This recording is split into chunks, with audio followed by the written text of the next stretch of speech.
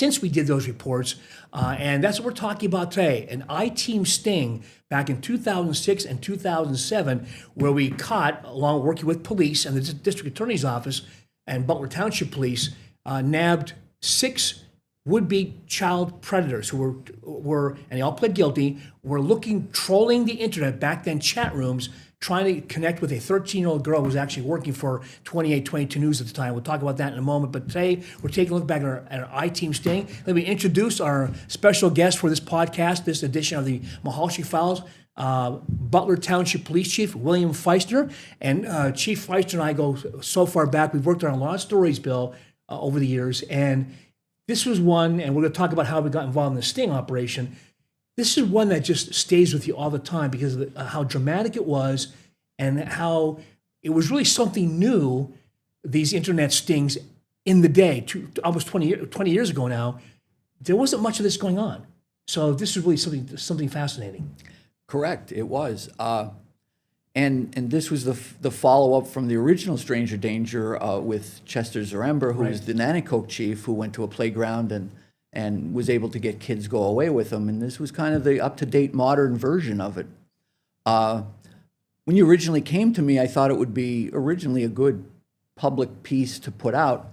About 2 years before we had done this, there was a homeless person who used a computer in Houston, Texas.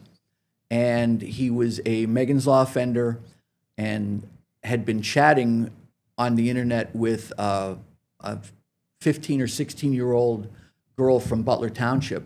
He stole a vehicle and drove here. And then the parents noticed him at the house. And when he was going to be apprehended, he fought with the police and tried to take their firearm from them. So that was kind of all fresh in our memory, and I thought this would be a good piece to do to bring some awareness to what could happen on the internet. And again, Chief Feistner, that was back in 2006.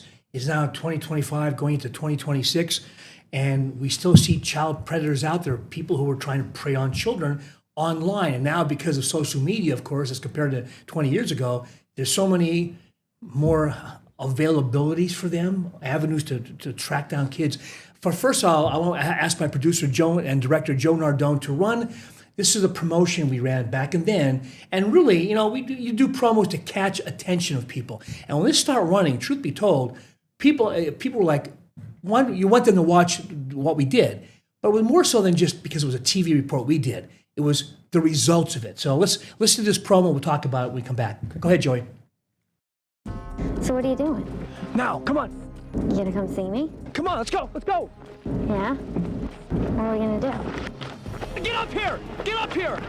Stop right there! Where do you drive? So how am I gonna know what you? Why were you coming down here tonight? What were you gonna do when you got down here? Just call me when you get close, you know? Anything you say can and will be used against you in court of law. Well, I'll talk to you in a little bit then. I kinda wanna meet you too.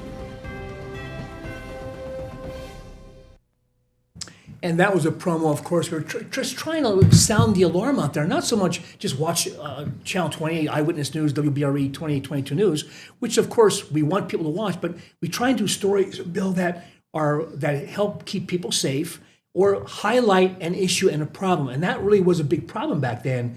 It was trying to surface a lot. And Chris Hansen from NBC started his around the same time. In fact, I interviewed him. He interviewed me for what we did. So it really wasn't a crime that was off the radar, correct? Most parents weren't even aware of it. They really weren't. And I mean, truth be told about our situation, when you came to me to do that, I hadn't watched any of Chris Hansen stuff. I wasn't familiar with any of that. And part of that came in is I wanted to do the piece, but really I was kind of doubtful that we would even be able to attract anybody. And, it was kind of funny behind the scenes when the first guy decided to come up that we really didn't even have a hotel room. And at the last minute, names at this point. We're going to run some stories of the actual takedowns, but go ahead, I'm sorry. And no, that's okay. And then, Tony and Gargiola had to go to get the hotel room at the last minute as the bad guy